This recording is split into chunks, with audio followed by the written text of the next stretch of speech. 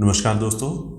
आज हम बात करेंगे ऐसी बीमारी के बारे में जो हमारे आसपास बहुत से व्यक्तियों को होती है, परंतु वो इस बीमारी के बारे में बताने से शर्माते हैं, डॉक्टर के पास जाने में घबराते हैं और खुद से ही अपनी नॉलेज के से ही इलाज लेते रहते हैं, जिसकी वजह से उनको ये बीमारी जो है दिनों दिन बढ़ती जाती है और वो इस बीमारी से तंग होते हैं। इस बीमारी का नाम है पाइल्स यानी बवासीर। बवासीर भी एक अन्य बीमारियों की तरह ही एक बीमारी है जिसका पूर्णतः इलाज उपलब्ध है। इसको अगर आप अपने चिकित्सक के पास जाकर के अच्छी सलाह लेंगे और उसके बताए गए अनुसार सारी आप अगर आहार विहार, खाने पीने की चीज़ें और दवाइयाँ लेंगे तो आप इसके पूर्णतः इलाज इसका उपलब्ध है। इससे घबराने की, डरने की कोई आवश्यकता नहीं है।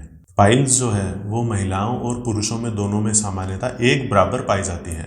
ये नहीं है कि ये किसी आयु वर्ग में या किसी व्यक्ति या महिला में या पुरुष में ज़्यादा पाई जाती है। महिलाओं और पुरुषों में 50-50% इसका रेशो रहता है लगभग।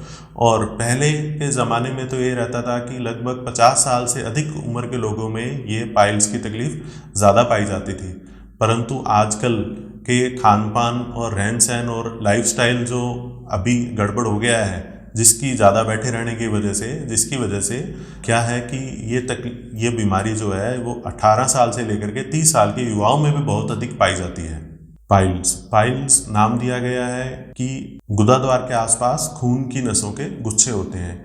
ये खून की नसों के गुच्छे जब समय के अनुसार जब सूजन आ जाती है इनमें और जब ये फूल जाते हैं तो इनको पाइल्स या बवासीर का नाम दिया जाता है। अम्यूनता देखा गया है कि अगर किसी के माता पिता को या परिवार में ये तकलीफ है तो उसको ये तकलीफ होने के चांस ज़्यादा रहते हैं। इसका मुख्यतः संबंध अपने खान पान, अपने रहन सहन से ज़्यादा है। सामान्यतः व्यक्ति सोचता है कि अगर उसके मल में ब्लड आ रहा है या खून आ रहा है तो ये सोचता है कि उसको पाइल्स की तकलीफ हो गई है, परंतु ये नहीं है। बहुत सी बार बहुत सी तकलीफ़ों में मल में खून आता है। सामान्यतः देखा गया है कि 100 में से 10 बार अगर किसी व्यक्ति के मल में खून आता है तो वो और भी तकलीफ़ें हो सकती हैं, जिसमें मल द्वार का कैंसर हो सकता है, मल द्वार का इन्फेक्शन हो सकता है, एक मल द्वार के अंदर अल्सर हो सकते हैं उसकी वजह से, या मल द्वार के अंदर कोई मास डेवलप हो गया हो या पॉलिप हो गया उसकी वजह से ये तकलीफ़ें मल द्वार में खून आना संभव है। आज हम बात कर रहे हैं पाइल्स या बवासीर के बारे में। क्या इसके कारण हैं, कितने इसके प्रकार हैं, इसकी क्या जांच हो सकती है और इसका क्या इलाज हो सकता है, इन सभी को जानने के लिए कृपया वीडियो अंत तक देखें। पाइल्स या बवासीर मुख्यतः 2 प्रकार के होते हैं, एक इंटरनल पाइल्स और एक एक्सटर्नल पाइल। इंटरनल पाइल्स जिसमें ये होता है कि जो मस्से हैं, जो खून की नसों के गुच्छे हैं, जब मल त्याग करता है व्यक्ति तो वो नीचे आ जाते हैं और मल त्याग होने के बाद वो स्वतः ही मल द्वार में चले जाते हैं। एक होता है एक्सटर्नल पाइल। एक्सटर्नल पाइल्स में व्यक्ति को दर्द बहुत होता है, उसके बैठने उठने चलने में परेशानी होती है, इसके साथ खून आना, और इसके साथ जब खून आता है तो कई बार मस्सों के अंदर खून जमा हो जाता है, जिसको थ्रोम्बस मास बोलते हैं।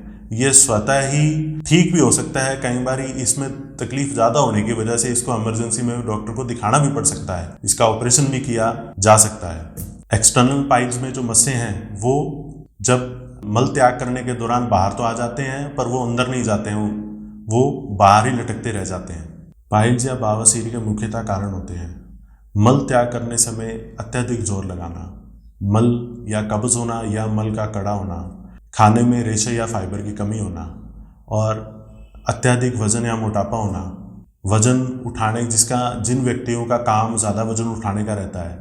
इसके अलावा आजकल के समय में युवाओं में प्रचलन है कि वो शौच जाते समय बाथरूम में मोबाइल या अखबार लेके जाते हैं, जिससे उनको ज़्यादा समय लगता है शौच करते समय। ज़्यादा समय अगर उनको शौच करते लगता है तो वो ज़ोर लगाते हैं। ज़ोर लगाने से जो खून की नसों के गुच्छे हैं वो नीचे लटक जाते हैं, वो पाइल्स होने का कारण बनते हैं।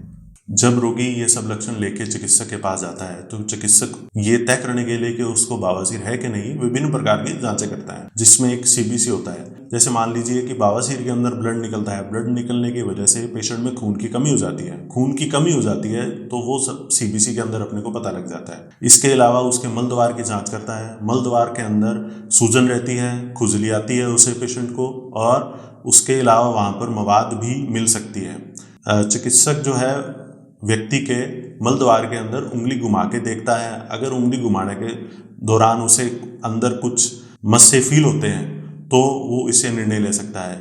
अगर मस्सों में दर्द हो रहा हो तो चिकित्सक उसका प्रोक्टोस्कोप से एग्जामिनेशन करता है। और अगर मस्सों में दर्द नहीं हो रहा हो और चिकित्सक को लगे कि उसे और एग्जामिनेशन करना है तो इसमें मल द्वार में कैमरा डाल के सिग्माइडोस्कोपी या कोलोनोस्कोपी नाम की जांचें भी हो सकती हैं। इन सभी जांचों से चिकित्सक को पता लग जाता है कि कितने मस्सें अंदर हैं, उन मस्सों का क्या आकार है, कि वो व्यक्ति को किसी ऑपरेशन की ज़रूरत है कि वो दवाइयों के इलाज से ही ठीक हो सकता है। घबराइए नहीं, आम बीमारी की तरह ही पाइल्स का इलाज उपलब्ध है। चिकित्सक ये सब एग्जामिनेशन करने के बाद फिर अब इलाज की बारी। इलाज की अगर हम बात करें तो बवासीर के इलाज में मुख्यतः आता है कि एक टब में गुनगुना पानी डालिए, उसके अंदर लगभग 10 से 20 ml एंटीसेप्टिक लिक्विड या डेटॉल डालिए और आप नमक का प्रयोग भी कर सकते हैं और उसमें बैठ के आप बवासीर या मस्सों या मलद्वार का सिकताव कर सकते हैं। उससे इसको हीट थेरेपी बोलते हैं। इससे दर्द में और सूजन में निजात मिलती है। इसी के साथ एक कोल्ड थेरेपी होती है। कोल्ड थेरेपी के अंदर भी आइस पैक के द्वारा मलद्वार का सिकताव किया जा सकता है। खाने में जैसे अगर फाइबर की या रेशे की कमी होती है तो तकरीबन एक जो मील है उसमें 20 से 30% भाग फाइबर या रेशे का होना चाहिए। फाइबर या रेशे युक्त खाने में हम दलिया खा सकते हैं। इसके अलावा हम खाने में हरी पत्तेदार सब्जियां, छिलके युक्त फल ये खा सकते हैं। अगर मरीज को कब्ज की शिकायत है तो कब्ज मुख्यतः इसका कारण कब्ज होता है। कब्ज दूर करने के लिए उसको चिकित्सक की सलाह के अनुसार जो दवाई बता रहा है उस दवाई का प्रयोग करना चाहिए। और इसके अंदर अगर वो व्यायाम कर रहा है, जैसे व्यायाम में कहीं जिम में अगर वो कोई वेट उठाता है, वेट उठाते दौरान अत्यधिक जब वो जोर लगाता है तो जोर लगाने से मलद्वार पर जोर पड़ता है, उस दौरान भी पाइल्स होने की शिकायत रहती। तो इसको भी जो जिम ट्रेनर है उसकी सलाह के अनुसार करना चाहिए। रोजाना वजन के अनुसार 20 किलो वजन के ऊपर 1 लीटर पानी जरूर पीना चाहिए। तो यानी अगर कोई व्यक्ति 60 किलो का है उसको 3 से लेकर 4 लीटर पानी रोजाना पीना चाहिए। मुख्यतः आजकल की प्रैक्टिस में देखने में आ रहा है कि मरीज व्यक्ति पानी बहुत कम पीते हैं। पानी कम पीने की वजह से उनको पेट युक्त बहुत सारी बीमारियां होती हैं और बताया मुख्यतः देखा भी गया है कि बहुत सी बीमारियों की जड़ पेट से ही शुरू होती है। खाने में अगर अपन घर में हमारे पास इसबगोल है तो इसबगोल को गर्म पानी के साथ 1 से 2 चम्मच सुबह और शाम आप ले सकते हैं, जो हमारे पेट को पूर्णतः साफ करके मल को बांध के पेट को साफ करने का कार्य करता है। इसके अलावा खाने में मिर्च, मसाले, तेल बहुत कम, फैट फ्री डाइट और हाई प्रोटीन डाइट ये सब अपना खाने में आहार विहार बदल के हम पाइल्स से मुक्ति पा सकते हैं। ये सब करने के बाद भी अगर व्यक्ति को 3 से लेकर 7 दिन के अंदर राहत नहीं मिलती है तो उसको चिकित्सक की सलाह जरूर लेनी चाहिए। चिकित्सक की सलाह लेने से चिकित्सक आपको देख के बताएगा कि भाई व्यक्ति को किस तरीके की दिक्कत है, क्या उसको लक्षण आ रहे हैं, कितनी उसके प्रकार हैं। अगर उसको दिक्कत लगेगी दवाइयों से वो ठीक हो सकता है, नहीं ठीक हो सकता तो उसको आगे सर्जरी एडवाइजेबल की जा सकती है। योग में अगर मूलबद्ध आसन होता है, मूलबद्ध आसन से भी पाइल से मुक्ति पाई जा सकती है योगा के द्वारा। सामान्यतः देखा गया है कि व्यक्ति एक बार जब पाइल्स का ऑपरेशन करा लेता है तो उसको कुछ समय बाद वापस ये तकलीफ हो जाती है। इसका कारण होता है कि मरीज जब एक बार वो ऑपरेशन कराता है तब तो वो खाने पीने की और अपने रहन सहन का ध्यान रखता है, और अगर वो खाने पीने रहन सहन का ध्यान नहीं रखेगा तो ये तकलीफ बार बार होती रहेगी उसे। खाने पीने और रहन सहन का ध्यान रखने के लिए उसे जो बताए गए हैं पॉइंट्स, जिसमें खाने में हरे पत्तेदार सब्जियां और छिलके वाले फल और खाने में रेशे या फाइबर का इस्तेमाल ज़्यादा और पानी ज़्यादा से ज़्यादा पीना, अगर वो इस चीज़ों का और मिर्च, मसाला, तेल, इन चीज़ों का अगर वो ध्यान रखेगा तो उसको आगे जा कर के पेट उसका ठीक रहेगा, कब्ज नहीं होगी तो पाइल्स की समस्या होने का चांस बहुत कम है। मेरे द्वारा अभी तक बताई गई जानकारी में आपको यही बताया गया है कि जब तक आप अपने खान पान, रहन सहन और आहार विहार में सुधार नहीं करेंगे, जब तक ये तकलीफ आपको एक बार तो आपका इलाज हो जाएगा पर ये आपको आगे आने वाले समय ताउम्र के लिए तंग कर सकती है। जब तक आप अपने खाने पीने, रहन सहन में और सुधार नहीं करेंगे, जब तक ये तकलीफ आपको तंग करेगी। इसके सुधार करने के लिए आपको कम मिर्च मसाले के तेल, सब्जियां ये चीज़ खानी है और ख़ास करके व्यायाम और योग का काफ़ी ध्यान देना है।